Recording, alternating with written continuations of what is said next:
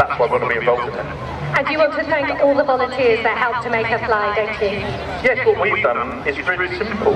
The day-to-day running of the Vulcan is down to the volunteers of the Vulcan to the Sky Trust, down to the people who man the stall raising the money, down to the engineers who keep it on the go, and also down to the pilots.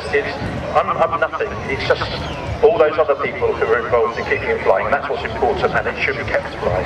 I totally, heartily agree with you, Adrian. And Adrian, as I say, on behalf of Bournemouth, thank you so much for making it possible today. Let's have a look at the glorious, glorious majesty of, in my view, the best aeroplane ever built. Over to George. Yes, it is indeed. Thank you, Kate, so much. Ladies and gentlemen, boys and girls, look to your left and you'll see a remarkable sight. The very best imaginative thinking out of the box virtues of British aeronautical design and engineering. You could say that this aircraft represents the very best of the great British people. Vulcan has proved herself the single most popular aeroplane in the country. Many regard the Vulcan as the people's aeroplane and proudly bears the title The Spirit of Great Britain on her nose. So thanks again to Adrian and thank you. Please welcome the Vulcan.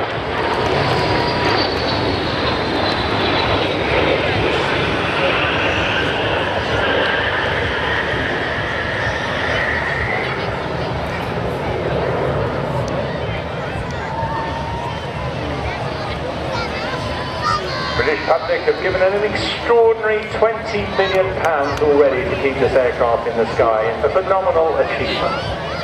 It costs £2 million a year to run. That's about £38,500 a week. Unsurprisingly, raising that sum with the help of the likes of Adrian and Maggie has been a continuous struggle.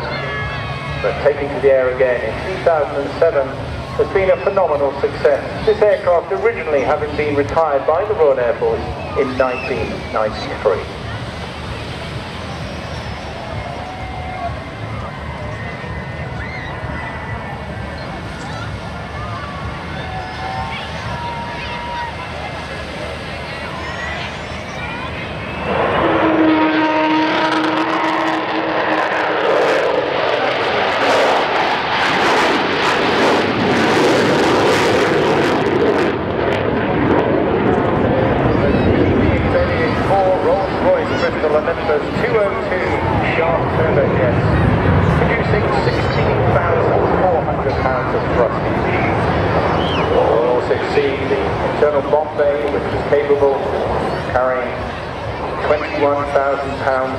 Nearly 9.5 tons, or, of course, a nuclear weapon.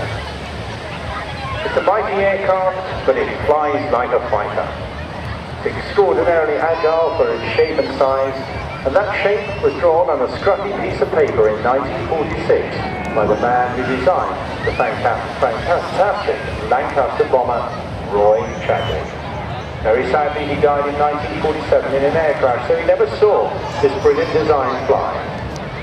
It became the first successful operational delta-wing aircraft in the world.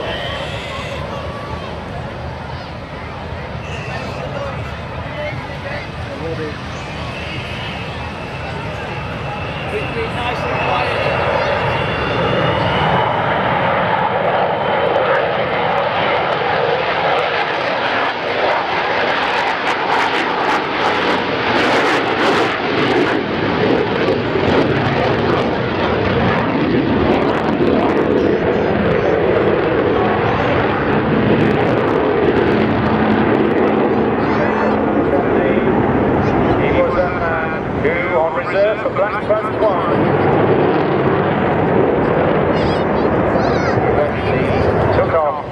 With his crew, taking over that 16-hour flight.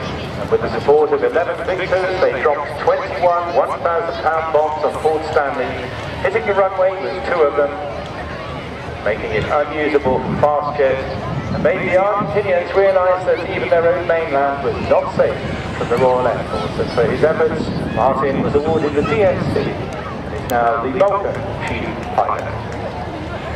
Alongside him, Captain Phil O'Dell, also an Air Force man, Lou the Buccaneer was an instructor on Hawk, and also 2 operational sorties over Iraq and Bosnia on the Danube.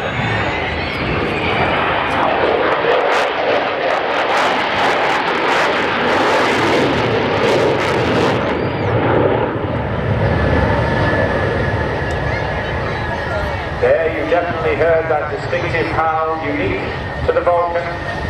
Well, Air Force, would you believe, got its first type in July 1956.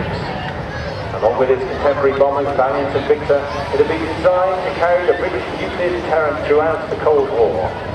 This year, extraordinary enough, it's 25 years since the Berlin Wall came down and the collapse of the European communist regimes, which eventually ended that Cold War.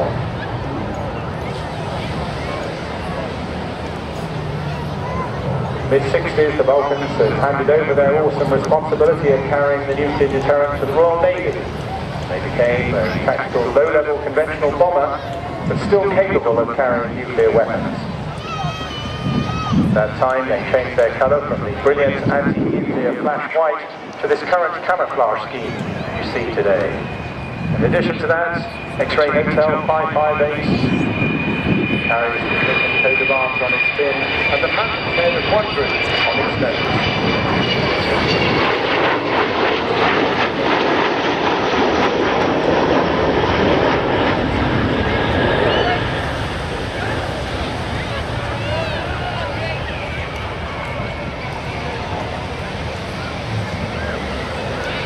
Those colours and those additional insignia representing all the Vulcan squadrons in the 19th century, 9, 12, 27,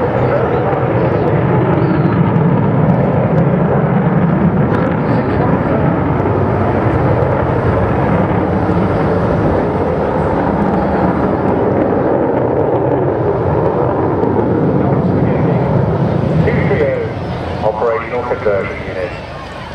Another great roar from those mighty Olympus engines. The aircraft capable of reaching 65,000 feet, able to fly up to 640 miles an hour, or Mach 0.97, an amazingly agile and effective machine.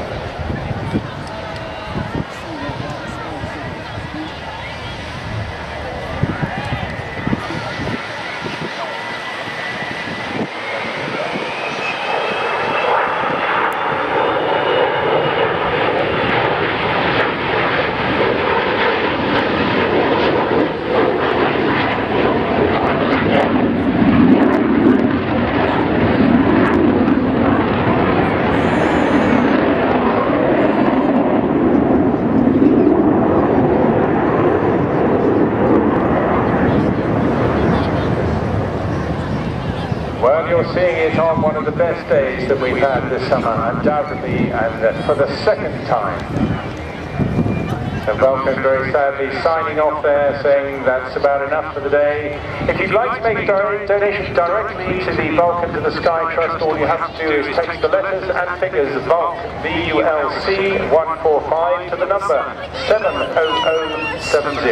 70070. Just text the letters and figures VULC 145. But a personal thanks and a tribute to Adrian Gunner and Maggie Keats for bringing us that today. Adrian Gunner, of course, of Burnley House events, and a remarkable contribution. Thank you so much. Burnley House, I understand, one of Dorset's best kept secrets for weddings, conferences and business events, all at honest prices. But very much in memory and a personal tribute to Harry Gunner, who was a massive fan of the Vulcan. Maggie herself, we thank for her sterling fundraising efforts, a part of the Bournemouth Vulcan to the Sky Club. So thank you very much again.